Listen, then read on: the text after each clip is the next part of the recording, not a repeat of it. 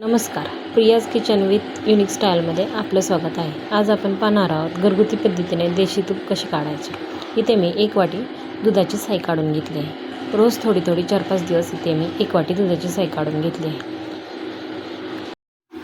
चला तर गॅसवर एक पातेलं ठेवून आता हे पातेल्यामध्ये ओतून घेत आहे. हे पातेल्यामध्ये ओतल्यानंतर हे सगळा गोळा फोडून घ्यायचा एका चमच्याने, जेणेकरून हे सुट्टे झाले पाहिजे. सुट्टे झाले की हे फुल गॅसवर 1-2-3 मिनिट चांगले कडवून घ्यायचे.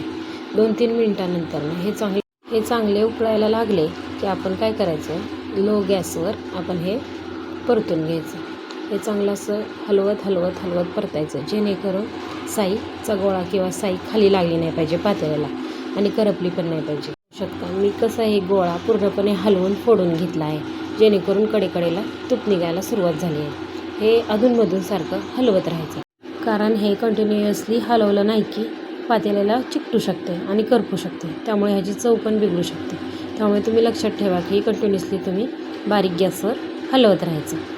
आणि ते हलवत राहिल्यामुळे बघू शकता कडेला तूप निघायला सुरुवात झाली आहे. 1-4-5 मिनिट हे चांगलं हलवून घ्यायचं, जेणेकरून तूप सुटायला मदत होईल.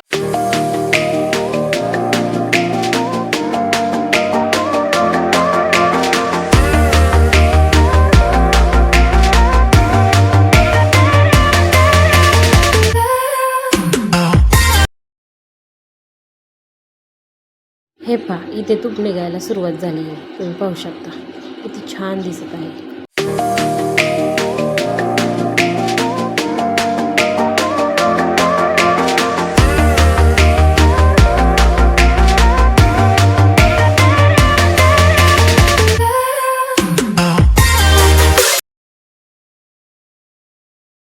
आपल्याला हे पूर्ण लाल होईपर्यंत परतून घ्यायचं आहे.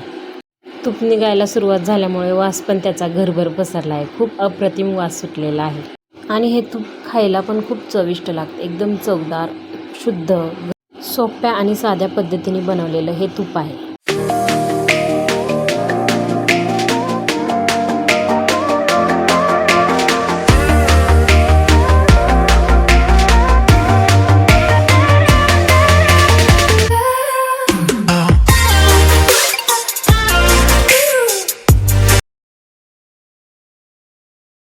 लाल होईपर्यंत परतून घेतलं किंवा कडवून घेतलं की हे तुमचं तूप निघालेलं असेल. हे तुम्ही पाहू शकता किती छान उकळी येत आहे तुपाला. आता गॅस बंद करून हे थंड करून घ्यायचं. थंड झालं की आपण एका बाउलमध्ये गाळणीच्या साह्याने हे गाळून घेणार आहोत.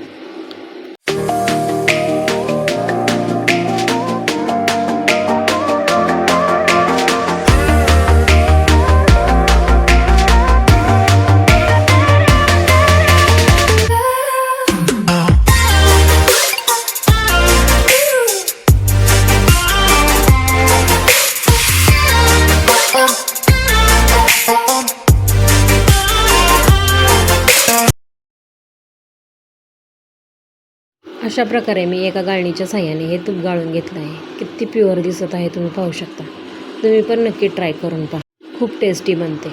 त्याच्या राहिलेल्या ह्या माव्यापासून तुम्ही याच्यामध्ये थोडासा त्याच्या चवीप्रमाणे गूळ मिक्स करून मिक्सरला हे दोन्ही मिश्रण बारीक करून त्याची तुम्ही बर्फी बनवू शकता. ह्याची बर्फी खूप शरीरासाठी पौष्टिक आणि रुचकर लागते. तुम्ही नक्की ट्राय करून पहा, तुम्हाला खूप आवडेल ही रेसिपी. असेच नवनवीन व्हिडिओ पाहण्यासाठी माझ्या चॅनलला सबस्क्राईब करा, लाईक करा, शेअर करा, कमेंट करा आणि सोबतही बेल आयकॉन प्रेस करायला विसरू नका. चला तर पुन्हा भेटूया अशाच एका नवीन रेसिपीमध्ये. तोपर्यंत बाय, टेक केअर.